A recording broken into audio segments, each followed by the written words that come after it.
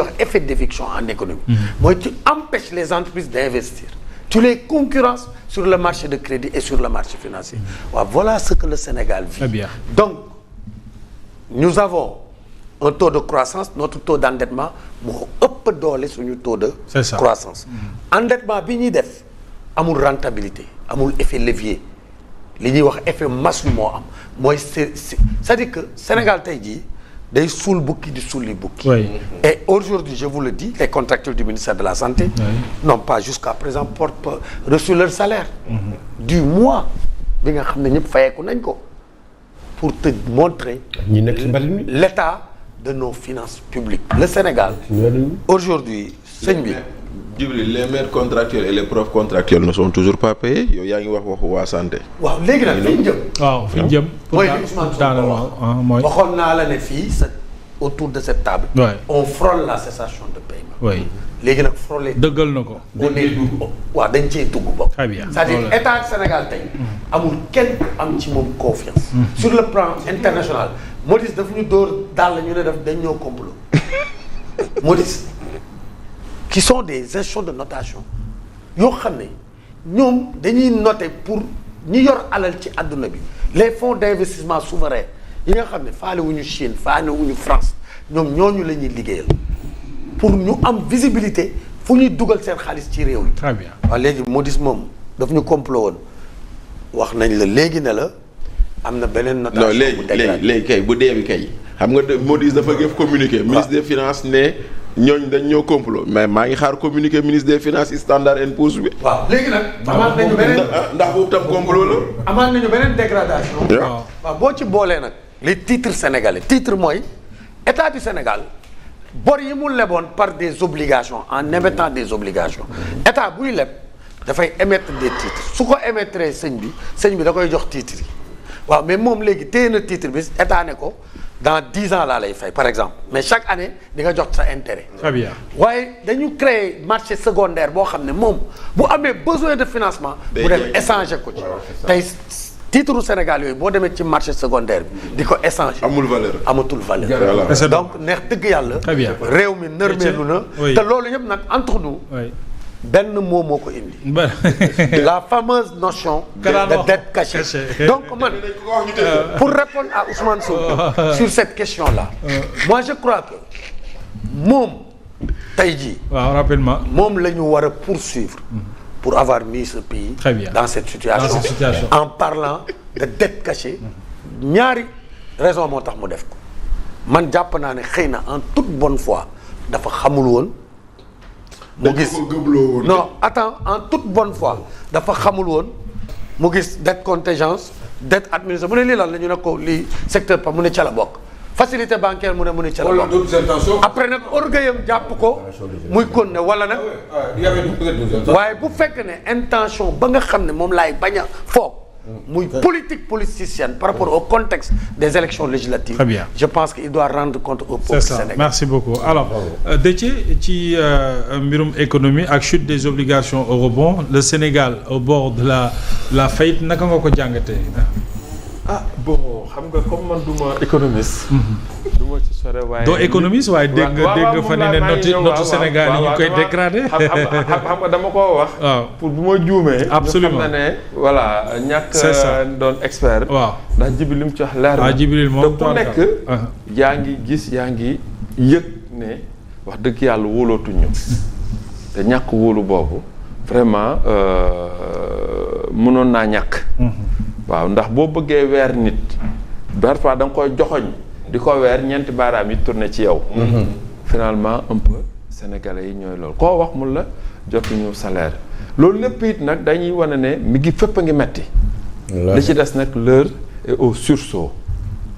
maanaam ñu redressé waat président de la République doon pleinement un président de la République ndax lu mu bon lu mu yéene Sonko moom war na à l'issue des 5 ans mu présenter dara sénégalais yi.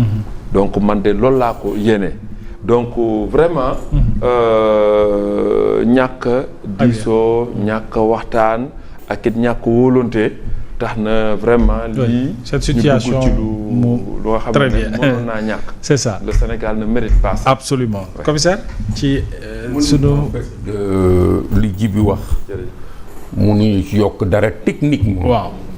mais dafa am yeneen facette yu nekk ci biir yoo xam c'est complémentaire. ok mooy jumtukaay yi. cette histoire de dette ak débat bi nga xam ni moom la suscité ak fi mu ñu yóbbu ak difficulté yi mu ñu indil. ak nan la ñuy gérer sunu alal. ñii nekk fii au-delà de cette dette la crise elle est plus profonde. Elle est dans la religion qu'ils ont de la gestion financière des affaires de l'État. Ils nous doivent combien de rapports? L'avocat de Macky Sall a compté 3 rapports. Moi j'en suis à 5 kii su ma ko bàyyee waane la il va amener 10 rapports qu'ils nous doivent. Est-ce que vous comprenez? On est dans une contradiction de dette cachée. On revient dans une problématique de rapports qui disparaissent. Et c'est pas les rapports.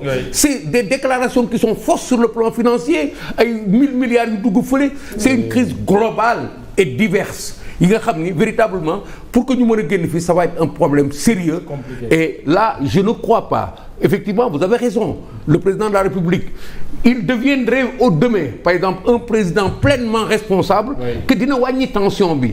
Mais il y a beaucoup à faire avec ces gens parce que doonu mënul xamuñu luy état xamuñu luy xaalis dafa mel ni ay xale yi nga xam ni da nga leen yóbbu booru géej ni leen def leen ma lii ñoom ñu jël suuf si di fo mais ce n'est pas possible cette réalité là musul am Afrique dans les pays fi ñu sonne ñun on a connu des républiques ñun sénégalais ak sunu ngandu oui les républiques bananières Gondwana.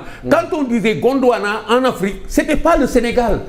Mais ñun dañu sàggan di nelaw ba léegi ñun ñooy Gondwana wala beneen réew il faut qu'on se rattrape.